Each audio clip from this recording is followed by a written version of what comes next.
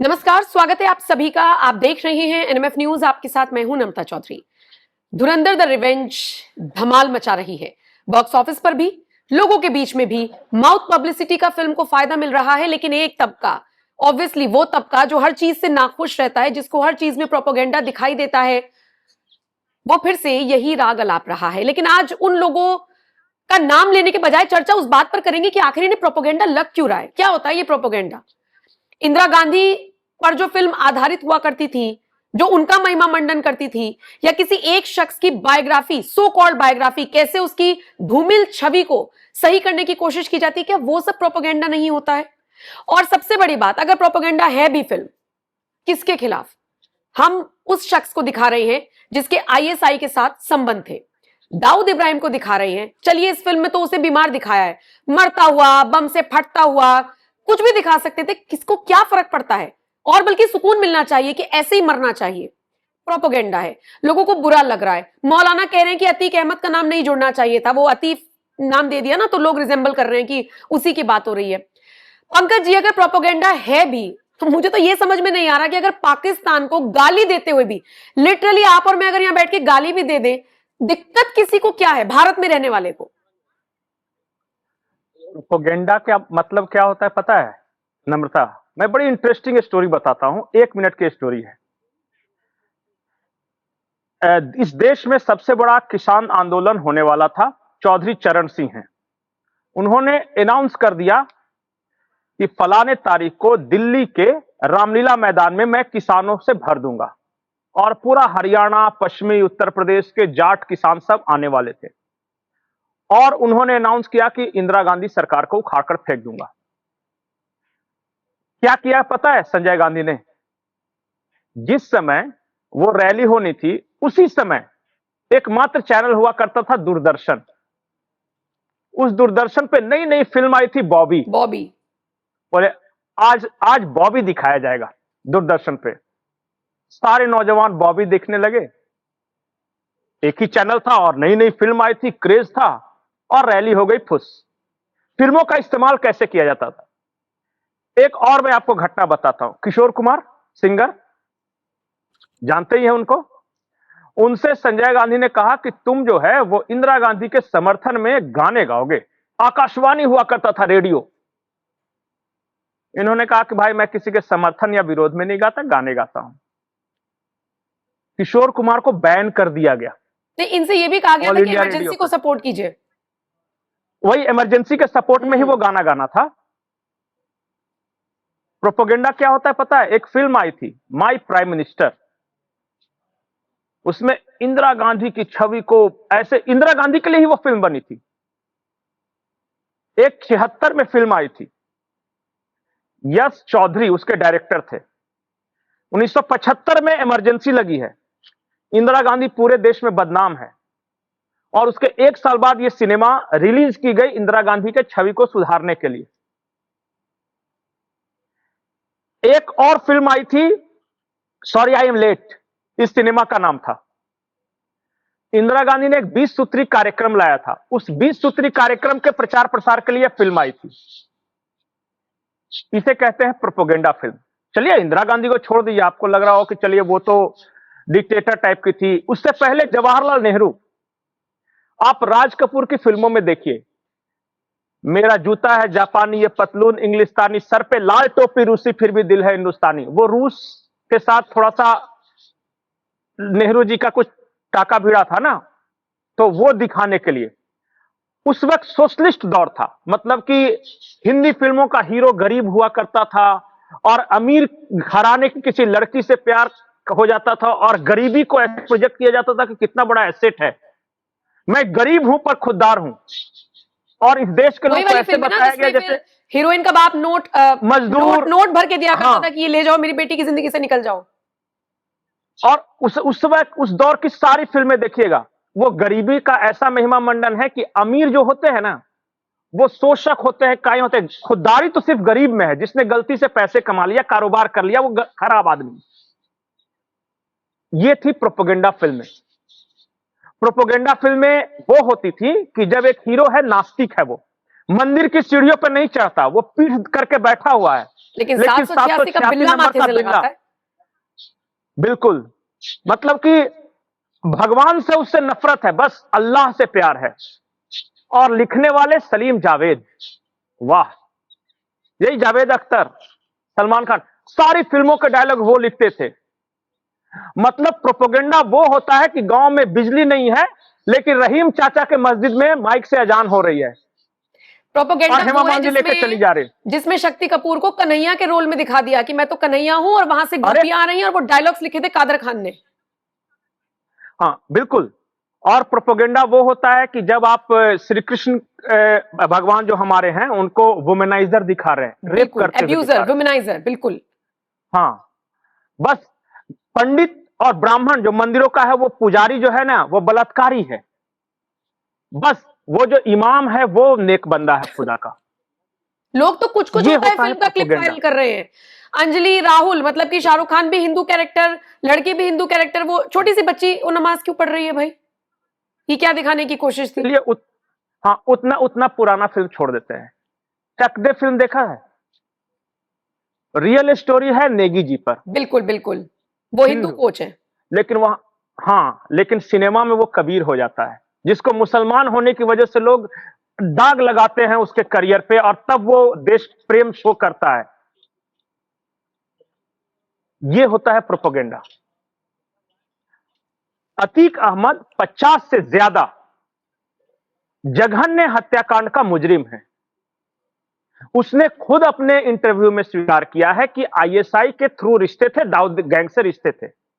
लेकिन जैसे ही सिनेमा में दिखाया गया तो आय हाय हाय हाय, मेरे अतीक बाबू के खिलाफ कितना बड़ा दुष्प्रचार किया जा रहा है, हाय मेरे कलेजा क्यों नहीं फट जाता। सारे समाजवादी हनुमान जी की तरह सीना चीर कर दिखा रहे हैं कि मेरे सीने में अतीक अहमद जी बसे हुए। रामगोपाल यादव का बाइट सुना, हम तो सही वक्त का इंतजार कर रहे हैं, बदला लिया जाएगा। और फिर उसमें से कोई नमाजवादी पार्टी कह दे तो और अलग तकलीफ। इस देश में जो अखबार लिखे जाते थे, हर अखबार के दफ्तर के आगे एक इंस्पेक्टर तैनात हुआ करता था। वो देखता था कि कौन कौन सी खबर जानी चाहिए, कौन कौन सी खबर नहीं जानी चाहिए। संपादक का कोई महत्व नहीं, स्टाफ का कोई महत्व नहीं, वो इंस्पेक्टर डिसाइड करेगा कि आपका एडिटोरियल लाइन क्या होगा। आपको पता है इस देश में अखबारों ने एडिटोरियल ब्लैंक छोड़ दिया था कि मैं कुछ लिखूंगा ही नहीं। उस वक्त अखबार ही थे। यह होता था मीडिया सेंसरशिप। और आज वो मक्कार चिल्लाने की इतना मोरल उनमें है कि वो कह रहे हैं कि ये प्रोपेगेंडा फिल्म है, क्योंकि पाकिस्तान को क्यों गाली दे रहे हैं? पाकिस्तान मेरे अब्बा का देश है, उसको मत बोलो ना प्लीज। नहीं, दाऊद दिखा दिया, दाऊद से सऊदी के बारे संबंध में दिखा बोलो। दिए। कितनी मिर्ची लग रही है लोगों को। हाँ, एक है कोई, मैं बोलता हूं ना कि शेरवानी नाम है पर महिला है, वो पता नहीं क्या, मैं तो अफीम सूंघ के आई हूं, 3 घंटे तक मैं नशे में थी, पता नहीं क्या क्या वो बोल रहे। देखा उसका? बिल्कुल, कह रही है मैं हिंसा की अफीम चक्कर आई हूं 4 घंटे। देखने हाँ, भी जाना है, हाँ, मजे भी लेने हैं, फिल्म देखकर एंजॉय भी करना है। अच्छा, अरे मत देखो, 2 ही ऑप्शन है ना, अच्छा, देखो मत देखो। एक फिल्म आई थी 1992 में, मुंबई दंगों पर आधारित। उसमें यही दिखाया गया है कि जो बाबरी मस्जिद के बाद जो सीरियल बॉम्ब ब्लास्ट हुए थे, वो तो दाऊद इब्राहिम की मजबूरी थी। असली प्यार तो ये होता है कि एक मुस्लिम लड़की और एक हिंदू लड़के में होता है दंगों के बीच। वो थी प्रोपेगेंडा फिल्म, जिसमें हिंदुओं को बैड लाइट में दिखाया गया था। राहुल गांधी जो कहते हैं ना हिंदू हिंसक होते हैं, पूरी दुनिया का इतिहास गवाह है कि हिंदू हिंसक नहीं होते, और जो हिंसक होते हैं वो लड़ रहे हैं आज भी। आज शिकायत यह है कि सऊदी को गाली दे दो, यूएई को दे दो, ओमान को दे दो, बस मेरे ईरान को कुछ मत बोलो, मेरे पाकिस्तान को कुछ मत बोलो। इनकी यही अपील है ना। अब इस देश के लोगों को फैसला करना है। प्रोपेगेंडा कह क्यों रहे हैं? इनका तर्क ये है कि फिल्म में नरेंद्र मोदी के उस बयान को क्यों सुनवाया गया है जिसमें उन्होंने डीमोनेटाइजेशन को लेकर बात की। इनका तर्क ये है कि डीमोनेटाइजेशन को एक तरीके से सही बताया गया कि वो फैसला सही था क्योंकि फेक करेंसी को रोका गया था। अच्छा सुनिए, दूसरा ये अयोध्या राम मंदिर वाला वर्डिक्ट जो आया उससे दाऊद इब्राहिम को कितना बड़ा झटका लगा, वो ये उसे प्रोपेगेंडा कह रहे हैं कि यानी जो बीजेपी सरकार में फैसले लिए गए हैं वो कहीं ना कहीं उसे प्रोपेगेंडा बता रहे हैं कि उनको फायदा होगा।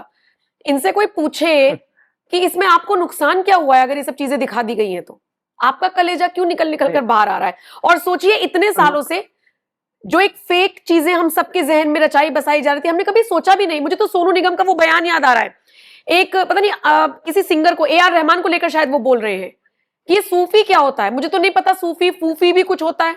मतलब मैं गा रहा हूं कल होना हो या मौला कर दूं तो ये सूफी हो गया, मुझे नहीं पता ये सब क्या है। वो शख्स ये बात कह रहा है। तो जो एक हम लोग के सबके माइंड में एक बात फैलाई गई थी, 6 महीने में आदित्य धर ने सब कुछ धर दिया। वो जितना भी फेक प्रोपेगेंडा था वो सब हटा दिया है। प्रोपोगेंडा क्या है पता है इस फिल्म में? जब एक कहता है कि इस चाय वाले ने हम सबको, मतलब वो डायलॉग है ना नोटबंदी के बाद, या फिर वो मैं नहीं 2017 जानबूझ से के नहीं ले पहले, रहा हूं। ये जब यूपी का जिक्र हो रहा है कि यूपी में किसी ईमानदार आदमी को बैठने नहीं देंगे, फिर 17 में योगी जी आ गए। ये मिर्ची है और ये सच्चाई है, ये सच्चाई है। और वो जो फेक नोट करेंसी वाला था, ये तो ऑन रिकॉर्ड है अखबारों बिल्कुल। में कि जैसे जैसे ही भारत में नोटबंदी लागू हुई, वो कराची के होटल की छत से कूदकर आत्महत्या कर लेता है, जो दक्षिण एशिया का सबसे बड़ा फेक करेंसी नेटवर्क में इस्तेमाल होता था। ये बकायदा ऑन रिकॉर्ड है कि हमारे यहां जो कागज आता था, जर्मन पेपर, और जिन मशीनों में प्रिंट होता था, मैं नाम नहीं लूंगा, उसमें बताया गया कि हमारे देश का एक मिनिस्टर जाके वो एक सैंपल उसको देके आता है, और हर कोई जानता है वो मिनिस्टर कौन था। बड़े वकील हैं आजकल नोटिस भेजते, इसलिए मैं नाम नहीं ले रहा हूं, लेकिन हर किसी को पता है कि किसने पाकिस्तान को प्रोवाइड किया था। क्या यह सच नहीं है कि नेपाल के रास्ते इसी उत्तर प्रदेश में, गोरखपुर वालों से आज पूछ लीजिएगा, वो जो पूरा इलाका है, क्या नकली नोटों का जिले जिले में बंटता था कि नहीं, और उस नेटवर्क का मालिक अतीक अहमद था कि नहीं? मैं गलत बोल रहा हूं तो बता दे, अखबार के मजहब का क्लिपिंग्स एंगल में ले आए भेज ना। दूंगा उस वक्त। अब वो आजमी बोल रहे हैं, वो बरेलवी मौलाना बोल रहे हैं, ये मजहब का एंगल ले आए कि मुसलमानों को ही ऐसा क्यों दिखाया गया है। अरे हम तो पाकिस्तान वालों को भी दिखा रहे हैं। और आपने जर्मन एक जर्मन का और कुछ है, जिक्र किया, मुझे ध्रुव राठी की याद आ गई। ध्रुव राठी कहाँ है? पता है उनके वो फेक पहले वीडियोस वायरल कर रहे हैं लोग, कह रहे हैं कि ये आदमी छुप छुप के पिक्चर देख रहा है, मजे ले रहा है पिक्चर देख देख के। तो पिक्चर देखेगा नहीं तो वीडियो कैसे बनाएगा? धुरंधर 1 का पूरा बाय सीन उसने वीडियो बनाया था।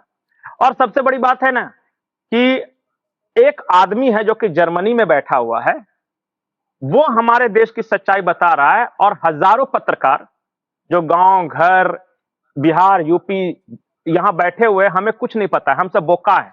नहीं, उसको बहुत, और उसको जर्मनी में उसको सब बहुत पता टेंशन है भारत की, उसको बहुत चिंता है भारत की, आए ना, है जर्मनी में, उसको बहुत चिंता यहीं है। आके बना ले।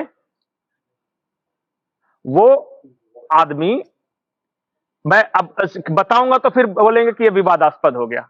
हाँ तो फिर सोच के बताइएगा। हाँ तो उसको पता कर लीजिए कि जर्मनी में उसके रहने खाने का सारा इंतजाम कहां से हो रहा है, कौन फंड करता है, और ये बकायदा गूगल पे अवेलेबल है। पता कर लीजिए कि ध्रुव राठी को पैसे किससे मिलते हैं, सारा समझ में आ जाएगा। आप जाके पता कर लीजिए कि ये राणा अयूब अमेरिका में लेविश लाइफस्टाइल कैसे जी रही है, बिना कहीं कुछ नौकरी किए हुए। जाके पता कर लीजिए कि एनडीटीवी से जिस दिन रवीश कुमार निकाला जाता है, अगला दिन वो पेरिस की सड़कों पे वहां के गटर का क्यों वीडियो बना रहा था, पेरिस जाने के पैसे कहां से आ गए, और कहां से उसका इतना हुआ, ये सब पता कीजिएगा, तब समझ में आ जाएगा। हम लोग को आज तक कोई इंटरनेशनल अवार्ड और एक भी राष्ट्रवादी आदमी को कोई भी अंतर्राष्ट्रीय पुरस्कार मिला हो तो बता दीजिए। आज जाके आप एक वीडियो बना दे कि फिलिस्तीनियों के साथ बहुत अत्याचार हो रहा है और हिंदुस्तान में मुसलमानों को मारा काटा जा रहा है, कल ही आपको कोई ना कोई पुलित्जर, ये रोमन, क्या है रोमन वाला एम्पायर वाला, वो सब दे देंगे। ये ईसाइयों के प्रोपेगेंडा आपको नहीं समझ में आ रहा है दुनिया के लेवल का? और मैं पार्टी लाइन से अलग इतर बात कर रहा हूं। इस देश में जो भी राष्ट्रवादी सरकारें रही हैं, चाहे वो कांग्रेस की इंदिरा गांधी रही है, इंदिरा गांधी का जाके पता कर लीजिए कि सीआईए उनके खिलाफ लगा था कि नहीं। आप पता कर लीजिए कि नरसिम्हा राव के साथ क्या हुआ, आप पता कर लीजिए कि आज नरेंद्र मोदी के साथ क्या हो रहा है। आज तक हमीद अंसारी को कोई समस्या नहीं है, मोरारजी देसाई कोई समस्या नहीं, इसमें तो कोई पार्टी लाइन की मैं बात नहीं कर रहा हूं। ये मोरारजी देसाई ने जो रिसर्च एनालिसिस विंग के साथ क्या किया था वो तो ऑन रिकॉर्ड है। हमीद अंसारी ने हमारे सारे एजेंट्स का नाम पाकिस्तानियों को दे दिया था कि इस नाम से छुपे हुए यहां रहते, ये तो ऑन रिकॉर्ड है। कहा उनके बारे, एक कांग्रेस का है, दूसरा बस- तो भाई अपोजिशन बस है। मैं अगर कहां किसी कह रहा हूं, फिल्म मैं तो में- इंदिरा गांधी की भी बात कर रहा हूं। अगर किसी फिल्म में आने वाले वक्त में इनका हल्का सा भी जिक्र हो गया तो वो प्रोपेगेंडा हो जाएगा।